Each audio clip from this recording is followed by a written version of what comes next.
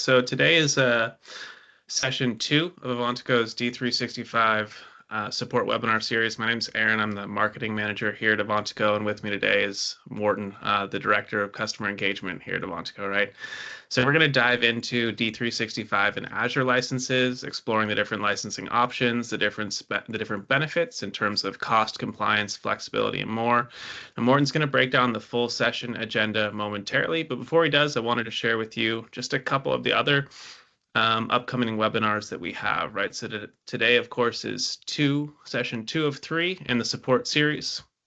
Session 1 was on one version updates led by Chris. Recordings of that session are available. If you didn't get your hands on those yet, just let us know. And then session 3, the final session of the series, is on September 17th, revolving around the use of the subscription estimator to improve D365 system performance. And then alongside the support series, we also have a series on D365 finance automation modules that's just starting to launch. So it runs September 10th through October 8th, sessions including credit and collections automation, AP automation and OCR, and advanced bank reconciliation. So these are all relatively new Microsoft automation modules that help you improve operations, right, reduce errors, increase ROI. And of course, they're included in your D365 subscription. So I'll put the link to that series in chat. It's also here on the slide if you're interested. And I think with that, Morten, you want to take it away? Yeah, sure. Thank you, Aaron. So Salvador, Ben, Morten here. I'm up in Los Angeles and actually work with you folks for quite some time, and Mark and Christian and so on. But primarily, I have been focusing on customer engagement, as Aaron mentioned, and a big part of that, I would say, is understanding the different licensing models, because that is changing compared to the AX or GP days where it was fairly simple. Now Microsoft are adding new SKUs on an ongoing basis. Last time I counted, there was give and take 4,000 different ones. And then they're also splitting out the SKUs, which from a partner perspective, we really have to advise our customers to stay compliant, but also from a customer perspective, because you sign or you agree to a Microsoft customer agreement when you start using cloud products, may that be M365 or D365, that kind of dictate that you need to be compliant. And as you probably know, there's no licensing enforcement on finance and supply chain. So that is causing a lot of good conversations, because customers, of course, want to be compliant. They want to avoid Microsoft audit, and we are here to help figure out what do you actually need, and what are the gaps between users in D365 and paid licenses. One of the most typical thing we see when we perform this licensing audit or licensing review, it is that the security roles in D365 have been customized a little bit, but only customized on the surface, which is driving users from let's call it a team member or a cheaper license to a full user license. And most of the time, we recommend some changes, and we will look into some of that later today. So depending on EA, CSP, commercial direct, there's different channels. We will take a look at them. Power Platform, I would actually look a little bit at the admin center. So if you have access, you can open up your browser in the background and kind of follow where I'm going. Azure licenses, secondary areas focus. The reason why it's secondary for me is because there's enough for me to look into when it comes to M365 and D365. And we have some team members, including Michael Oakes, that are really good on the Azure side and how to optimize your usage and spend. I know enough about it to be dangerous, but we have some good team members, both in the Power Platform, if you are running portals via Microsoft, that I know there can be some gaps and loopholes. If you have any question, Ben, Salvador, just fire away. I'm here to help, or you can shoot me an email later. It's totally up to you. It's for you guys. We are hosting these different webinars. Short agenda, different options, and please tell me if I should jump to the next slide. If you already know this, then we'll do that and power through the different things. We'll look a little bit about cost compliance within D365, and that's normally the first couple of steps we do when we do licensing review. That we take a look at the database size, because currently Microsoft are not enforcing this, but it will be enforced. So there's something to keep an eye out for. And then we, a licenses review, we talk a little bit about it, but it takes give and take a couple of days, and then you have the results depending on the amount of users you have in D365. But most of the time, it takes a couple of hours, and we have some recommendations laid out. The recommendations can then be anywhere from 15 to 50 hours, depending on size and complexity. So we've seen it all. Any questions so far? Nope. Nope. Okay, we jump ahead. Breakdown. Depending on how familiar you are with the licenses model, this is the four most common licensing models. Microsoft Enterprise Agreement, you were on that back in the days, but the requirement down here was simply too high for you to roll into another enterprise agreement back then. So it was decided, let's jump on direct CSP, which means that Avantiico is providing the subscription, but also responsible for the support. And when we say responsible for support, Avantiico have like a premier support agreement with Microsoft, which enable our customers to utilize like a 24/7 Microsoft escalation path. And if we are not providing a license, let's say a D365 finance license, and a customer is reaching out, we have no system way of escalating those tickets. And I'll give you an example. Actually, earlier this last week, Thursday or Friday, I can't remember when it was, we had a customer on an enterprise agreement that had a critical issue with the one version. And we were, of course, happy to help. But because we were not associated on a tenant level, the tenant was not linked, we could not utilize our premier support agreement. But when you are on CSP, the tenant are already linked, so it's much easier to utilize Microsoft if needed. Most of the time, and I think Chris Barbera is here too from our support practice, I would say 9 out of 10 tickets, we solve them ourselves. It's only very, very rare we need escalation to Microsoft if there's like a system bug or something like that. Yeah, very few. Things like an example, when they had that CrowdStrike issue and people were having, that we had very few customers had issues, but that was something obviously we couldn't initially investigate ourselves until Microsoft announced it. So we were putting in tickets with Microsoft on their behalf on that area. But that's a pretty rare occurrence. I would say we have, out of all of our customers, maybe 2 issues a quarter that get escalated to Microsoft. But when we do escalate them, we can get very quick help with our Premier Support Agreement. Yeah. So direct CSP, as a partner, you need to fulfill a certain amount of Microsoft requirements. You need to have a full billing team, so the invoice for your subscription come from Avantiico, and you also need a support practice that can help you with the different products. When we jump down to the indirect CSP, it's more the large resellers. Most of the time, they are used for selling monitors and smaller IT equipment, but they actually also have a big, it's more or less just a licensing transaction engine. They sell the licenses on behalf of smaller partners. It's not always the best choice, especially if you're on D365 finance and supply chain, because in some cases you can't even buy finance and supply chain, and that comes back to the Microsoft requirements. We do see this in many cases for customers running a lot of modern workplace applications. And that comes back to there's no very limited hands-on experience with for example, finance and supply chain and other commerce and so on. Then the classic enterprise agreement from Microsoft comes in different buckets, 3-year, 5-year.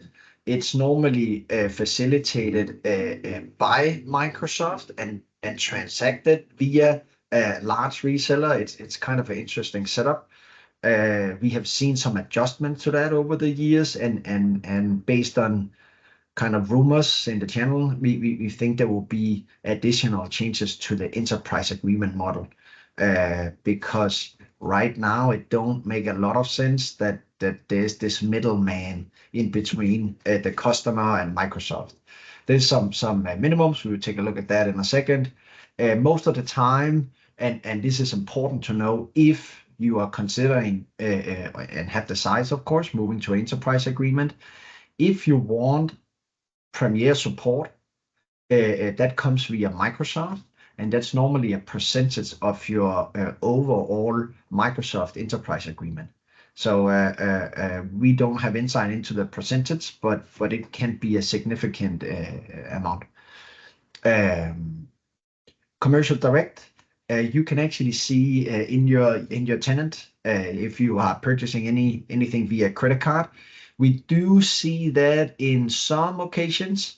It's a little bit risky because if, most of the time, or not all the time, a commercial direct purchasing channel is tied to someone's credit card, a company card, a private card, and that can expire. You can lose it. So there's a couple of risk issues. Example from, I think it was last year, a customer had an expense Power App, and that actually did not work because the app's Azure consumption was tied to a person's credit card, and nobody were aware that this credit card expired. So it took them a couple of days in order to get a new credit card reinstated and get released from Microsoft, because they were in bad payment standing. So that's a risk area. We don't see it that often, but some customers do have commercial direct lines. Any questions? Otherwise, I jump to next slide. We jump to the next one. This is just an overview of the support flow. We talk through it. Direct CSP, Microsoft sell you the licenses to the cloud solution provider, and we are handling everything with the customer. Indirect, you have the middleman, and normally the cloud solution provider in an indirect setup is a smaller partner, and we always advise make sure that they have enough knowledge of the product they are selling you and supporting. And then you have the EA setup, where you kind of have, in some cases, Microsoft on the side for a support plan. You might also have a support plan directly with a partner. It's a bigger setup, mostly for enterprise companies, and you can actually have multiple partners if you want that in a setup like this. So we could have added a couple of boxes. Direct CSP versus EA. Some of the main differences I want to point out is, and we can take them up here from the top left. When we look at terms, meaning the runway of a subscription, CSP do offer month to month. It's 20% more expensive than an annual commitment, but it allows you to test out some licenses for a period of time. And then you can figure out, hey, I want to roll it into an annual license, or you know what, this let's say project operation is not a license or application for us. Let's just cancel it again. That way, it gives you some flexibility to try out apps and also figure out how many licenses do you actually need in order to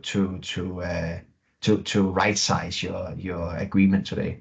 Annual, of course, that's very, well, probably 95%. And then in some cases, you have the 36-month licenses, meaning if you transition, for example, from a legacy AX, Navision, GP, you have an enhancement plan, you can roll into some 36-month discounted SKU. Azure pay as you go.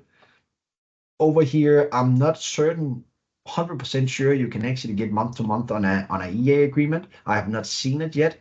It could be, but I have to verify that. The most common, I would say 95%, that's a 36-month commit or a 5-year commit. When we look at minimum purchasing on CSP, you can start with a license one. You don't have to overcommit. And of course, there's some minimums, as you've probably seen. For example, if you're running finance, there's 20 minimum. If you run HR, there's 5. Demand planning, I don't know, Salvador, if that's something you need. Currently, there is a 10 minimum on demand planning. We're working with Microsoft to figure out if they can lower that, because in most cases, companies don't need 10 people doing demand planning. Azure minimum, we help, as I stated in the beginning, we help figure out when your, for example, environments need to run, can we auto shut them down and so on. On the enterprise size, there is currently a 500 minimum E3 licenses, so you need a lot of licenses as a base. And then Azure is also on a case by case. There's a few SKUs where you need a little bit more. It's not a lot. Here we can provide a discount, and Microsoft is in charge of the discount. The billing cycle, 99% of customers choose a month to month to help cash flow. But you can actually also pay annual upfront. Azure, it's on a monthly basis, as you have probably seen on your bill, whereas on the enterprise, you pay everything upfront. One thing that is worth pointing out, that's the risk of overcommitting. We do see from time to time, it can be difficult to actually understand how many of the different licenses we need when we start an implementation. And in some cases, we do see over committing to licenses, meaning you would have a license just sitting there that you pay for, but nobody is actually using in the system. So a little bit less flexibility over here. The support side, as mentioned earlier, partner, the direct partner is responsible. And most of the time, we know your environment, we know your customization, your ISVs. Over here on the enterprise side, there's some different SLAs. They don't work with your ISVs and only touch the Microsoft's the code and environment. So very different. Any questions? Otherwise, I jump to the next one. We jump to the next one. So this is super interesting. Part of the licenses review, that's compliance. As mentioned earlier, there's currently no licensing enforcement in D365. Microsoft is working on it, but that really sets the standard for customers and also customers' partner to make sure that the customer is actually compliant with the Microsoft policies. And one place you can log into your Azure portal and navigate to all your products, and you can actually see in here which products is assigned, which one is available.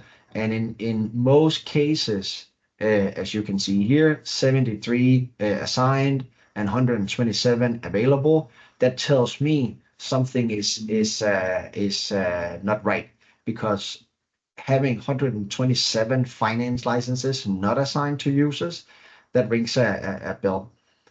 When we go down to some of the licenses, for example, team member here, that's also a D365 finance supply chain SKU. You can see one is assigned, 161 is available. Again, up on the activity, 0 is assigned, 100 is available. That to me tells that the licenses has not been assigned to users in the system. Yeah, and just as a comparison, you can look here at the E5 license. There's 1400, and give and take 351 is assigned. The reason why people will complain if they cannot answer, not answer an email or not enter Excel or Word documents, and that's because there's licensing enforcement here. So it's a little bit easier for organizations to make sure the customers is compliant. Another way, if we think of finance and operation, which is super important, especially for customers that have been live for a longer period, but also if you just went live, that's the finance and operation database size. You can see your current database size in your admin center for Power Platform, and navigate over here as illustrated on the screenshot. Go down to resources, click on capacity, and you actually get a full summary of both your Dataverse capacity, which is tied to all your CRM and Power Platform applications. And then you have down here, you have your finance and operation, and you also have your finance operation file storage entitlement. And sometimes it doesn't populate, then just click on, for example, trial and then jump back to summary, and then it will populate.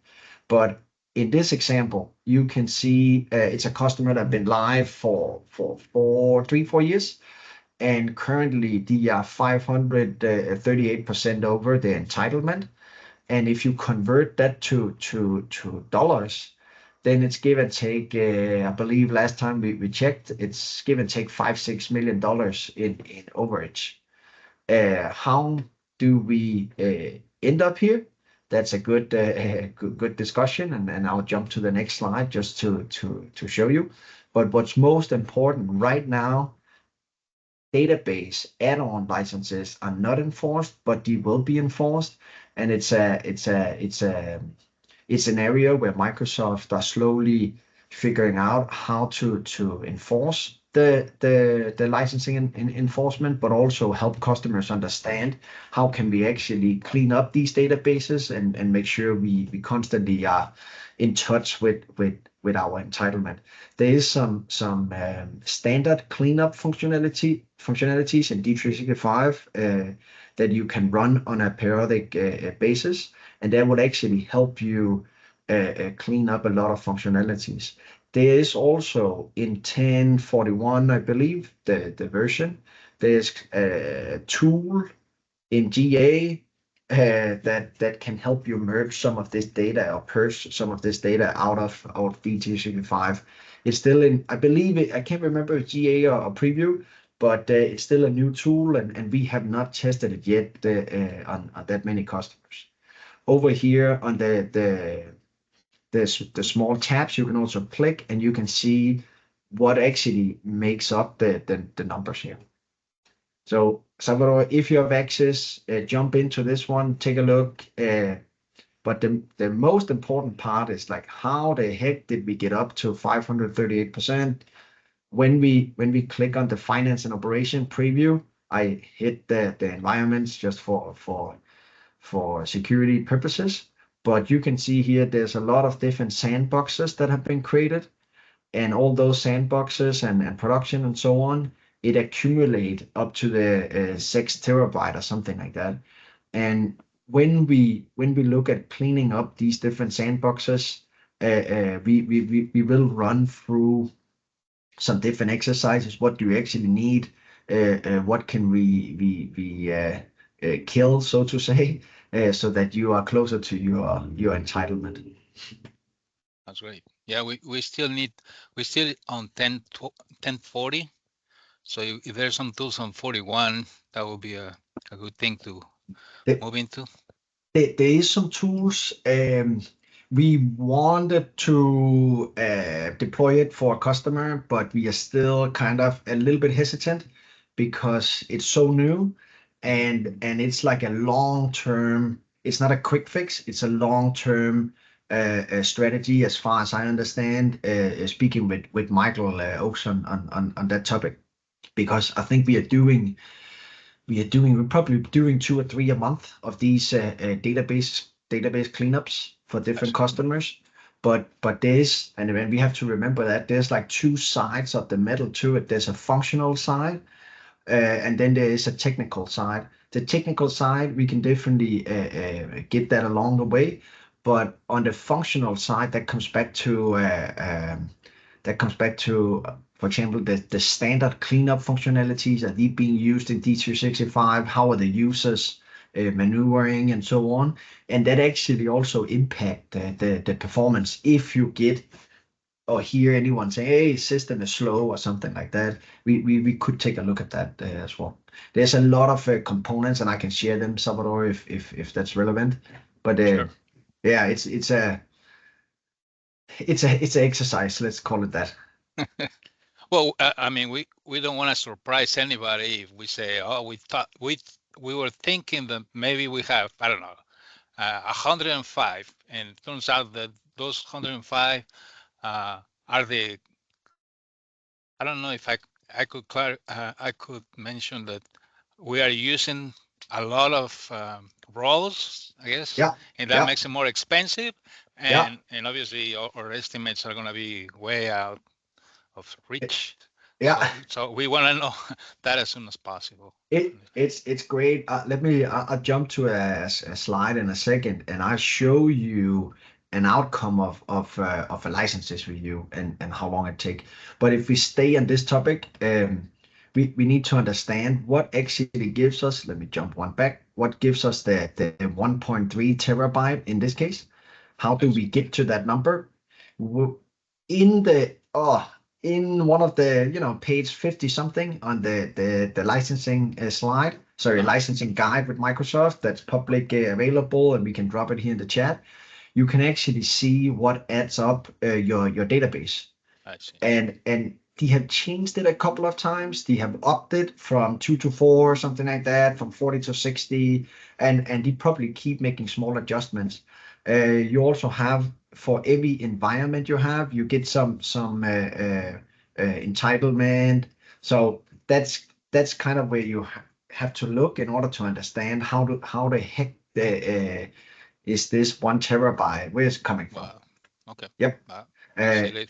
Yeah, we can share the slide. So when we look at compliance and potential savings, I have 2 examples.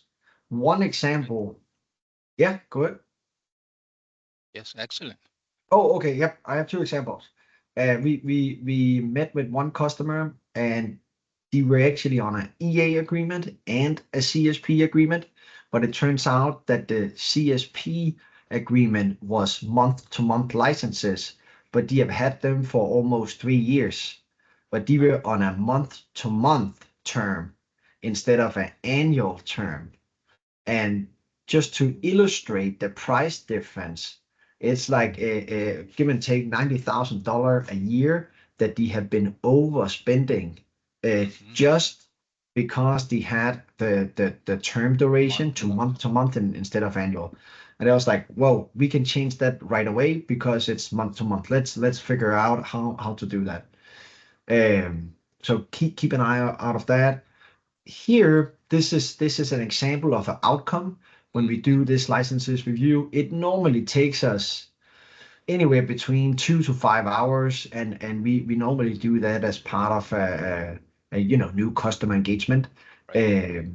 Then we work with the IT team, and we do a screen share. We get, I believe it's 3 files for D365, the security roles, and that comes back to the custom roles that have been made and the underlying data. And then we get a user Excel file, and I actually forgot the last one, but it takes give and take 30 minutes to get those 3 files on a screen share, and then we analyze them with our analyzer tool. And when we are done with that, give and take 2 to 5 hours, something like that, sometimes a little bit more, then we provide you with a report that actually have a lot of user data, but also analysis into the D365 security rules, because those are the ones who drive the different licenses. So what we see here, current license requirement, here you see the SKUs, here you see current D365 usage. So in D365, in this example, 415 needs a finance licenses, 58 supply chain, 173 supply chain attached, and so on and so forth. They are currently licensed with 200 here, 30 there, and so on and so forth. Then they have a split between EA and CSP, and that actually gives them a huge delta, meaning they have been non-compliant, what's equal to $70,000 on a monthly basis, which is, ow, ow, ow. In the report we are providing like how would it look after we do a security role cleanup. And as you can see down here, we can actually drum a lot of these full users down to activity licenses in this case, which is a much cheaper license compared to the full user license. And when we do this analysis, we do provide, this is the 5 steps that need to be taken in order to clean up your security roles. And it takes X amount of hours. Most of the time, I do see it being between 40 and 70 hours. Again, depending on how bad it is, if I can use that word. But sometimes it's also faster, but give and take 40 to 70 hours. That's the average, I would say. Any questions down here, Soto? Obviously, we want to learn as much as possible as soon as we can. That's all. Yeah. And that actually brings me to the last slide here.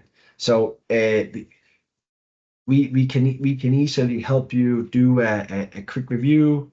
And the good thing is we are already associated, so that shouldn't be an issue.